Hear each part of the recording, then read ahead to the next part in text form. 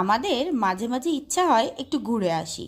আমি আর দিদি অমনি বেরিয়ে পড়ি। সেদিন বিকালবেলা মনে হলো যাই একটু চা খেয়ে আসি। তাই আর কি, ভাবতে না ভাবতেই চলে গেলাম। আর ফার্স্টেই চলে গেলাম ফুচকা খেতে, আমাদের সবার প্রিয় ফুচকা। ফুচকা খেতে কে কে ভালোবাসো একটু ঝটপট কমেন্ট করে জানিয়ে দাও দেখি। আমি কিন্তু ফুচকা খেলেই একটা নয়, দুটো ফাউ নিই। আর এই ফাউটা খেতেই সব থেকে বেশি ভালো লাগে। জল ফুচকা খাওয়ার পর আমরা অর্ডার করেছিলাম পাপড়ি চাট আর দই ফুচকা, মানে কত খেতে পারি তোমরা শুধু ভেবে নাও। তারপর দিদির মনে হলো ও দই খাবে, আর এই নর্মদা মিষ্টির দোকানের দইটা খেতেও ভীষণ ভালোবাসে, তাই সেটা নিতে চলে গেলাম।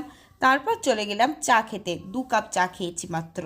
আর আমরা এত কিছু খেলাম, বাড়িতে মা বাবা আর পমপমের জন্য কিছু নিয়ে যাব না, সেই জন্য চলে গেলাম মিয়া মোড়েতে ওদের জন্য কিছু টুকিটাকি স্ন্যাক্স কিনতে। সব করতে করতেই আমাদের 8টা বেজে গেছিল। তোমরা চ্যানেলটা সাবস্ক্রাইব করে দিও।